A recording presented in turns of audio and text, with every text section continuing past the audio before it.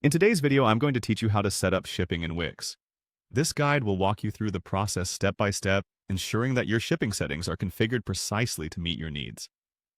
Whether you're just starting your online store or optimizing your existing setup, these instructions will help you streamline your operations.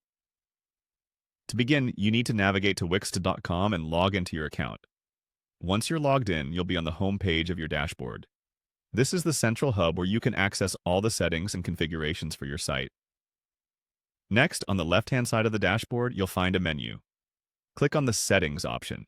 This will take you to a page where you can manage a variety of back-end features for your store, from payments to tax settings and, importantly, your shipping options. Now, look for the Shipping, Delivery, and Fulfillment section and click on it. This area is crucial as it's where you control all aspects related to shipping.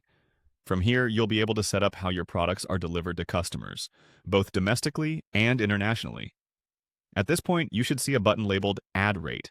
By clicking this, you are essentially adding a new shipping rule or rate for your products. This helps ensure you have different shipping options available, like flat rate or free shipping, that could benefit your customers based on their location or order size. For those shipping internationally, there is an option to add a rate under the International category. Click on Add Rate under this section. This allows you to specify different rates or rules for international orders, which is essential if you're targeting a global market and want to adapt your shipping costs accordingly. To target specific regions, click on Create Region.